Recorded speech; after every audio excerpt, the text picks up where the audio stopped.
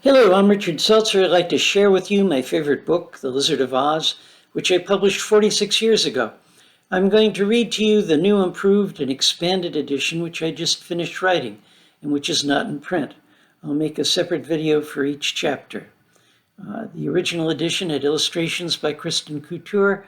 I'll show you one of those pictures at the end of this video. Chapter 12, The Weatherman. Mr. Newman was staring at Mr. Carroll. Miss Shelby? He asked. Who's this hotshot guy with a girl's name who goes around in underwear? What did he write? Oh, that's Lewis Carroll, she answered. He wrote Alice in Wonderland and other children's books. Kids' books? Just kids' books? No point in filling my head with that stuff. Well, it said they can be understood on many levels. You mean like going up and down on an elevator? Yes, you might say that, answered Miss Shelby. Well, that's cool. Where's the buttons? I want to try that trip. Meanwhile, Gainell asked Mr. Carroll, do you really understand everything? No, of course not. I only stand under the world. There are others much lower who stand under me. Yes, there are many levels of understanding. Miss Osborne shook her head. We may be standing under the world right now, she said, but I don't understand any more than I did before. Nothing seems to make sense. I'm lost, and I've gotten the whole class lost with me. Nothing lost, nothing grained, he answered. Grained? Asked Miss Osborne. Yes, surely you want to be born a grain, otherwise you wouldn't have fallen to the earth. I'm sorry, Mr. Carroll, but I don't understand any of this. Could you please tell us how to get home from here?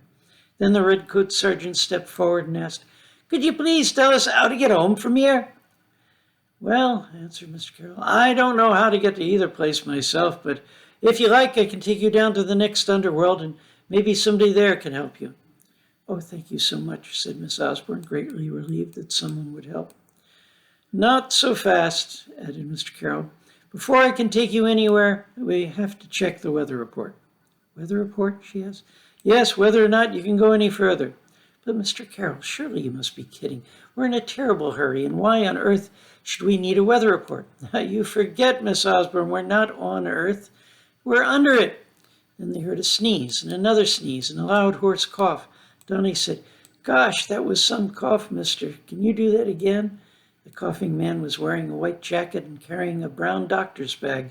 He had a stethoscope hanging round his neck. He coughed again and shook all over. Donnie apologized. Sorry, mister. I shouldn't have asked you to cough again, but that was amazing. I've never heard anything like it.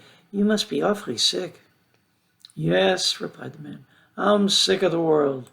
I hope it isn't serious, said Miss Osborne. That depends on how you take the world. As for me, I can't take it seriously. This is the Weatherman, Mr. Carroll introduced him. The Weatherman? Asked Miss Osborne. He's under the weather right now, explained Mr. Carroll. That's the best way to understand it. The man hobbled up to Miss Osborne, still coughing and shaking. She tried to get out of his way. Please don't get close, she insisted. I don't want to catch those germs and pass them on to the children. Then she asked Mr. Carroll, what's he trying to do? Relax. He wants to take your weather report. So Miss Osborne stood still, and the weatherman opened up his doctor's bag and started checking her temperature and taking measurements in the air around her. Mumbled the weatherman. Cloudy and heavily overcast with a thick ground-level fog.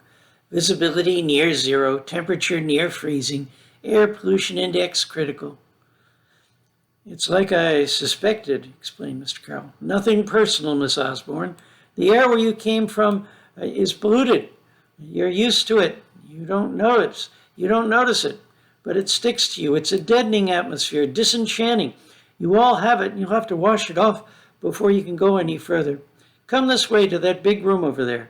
Mr. Carroll led them down the beach to the building he pointed to. Come on now, Mr. Newman, urged Miss Shelby. Where's this Carroll guy taking us? Asked Mr. Newman. That doesn't look like an elevator to me. It looks more like a lighthouse with a dunce cap on top. What a blast. What a way out, way out. I can't say I'm all that happy about walking into something that looks as weird as that, admitted Miss Shelby. But we don't have much choice, and it could prove educational. Once everyone was inside the big room, Mr. Carroll stepped out and shut the door on them. Mr. Carroll, Mr. Carroll, shouted Miss Osborne. What are you doing? Open that door at once. How dare you? It's dark in here, whined Timmy. There aren't any windows, said Eugene. I want to go home, said Kathy. He must be some kind of kook, said Mr. Newman. He wouldn't lock us in here for no reason, said Miss Shelby. There must be an explanation. Miss Shelby, maybe it's like in his book, suggested Gaynell. I bet there's a mushroom somewhere and we're supposed to eat it, and that'll make us small so we can go out a little hole that we can't even see now because we're so big. No, Gaynell, said Miss Osborne. I'm afraid I made a terrible mistake. I should never have trusted him. Mr. Newman, what are you doing? Asked Miss Shelby. I'm trying to kick the wall in, but it's just a pile of mush. Yeah, gosh, said Donnie. Feel this wall. It's all mushy. Maybe we're in a mushroom, suggested Gaynell. A huge mushroom. Here, Miss Osborne, try a piece of the wall. It tastes just like mushroom. All the kids grabbed pieces of the wall and started eating. What? Boomed a deep, hollow voice from all around them. There was a whistling noise as air was sucked out of the room. Soon everybody was struggling to breathe as if they'd been running hard. Then there was no air at all, and they were all breathless, waiting for something awful to happen. Suddenly the door flew open, and everybody rushed out and fell into the river. The water felt better than any water had ever felt before, bright and sparkly, crisp and clean. Soon they were swimming and splashing and playing games. At first Miss Osborne was afraid that the kids would be in over their heads, but it was a funny river. No matter where they stood, the water level wasn't over their depth, just deep enough to have fun in. Bit by bit, they got all played out and came ashore to lie on the beach, or build sandcastles, or pick up shells. Miss Osborne lay there on the beach and looked out at the moon reflected on the water and at the woods beyond. She said, beautiful. It's just beautiful. Yes, Mr. Carroll added, it's breathtaking.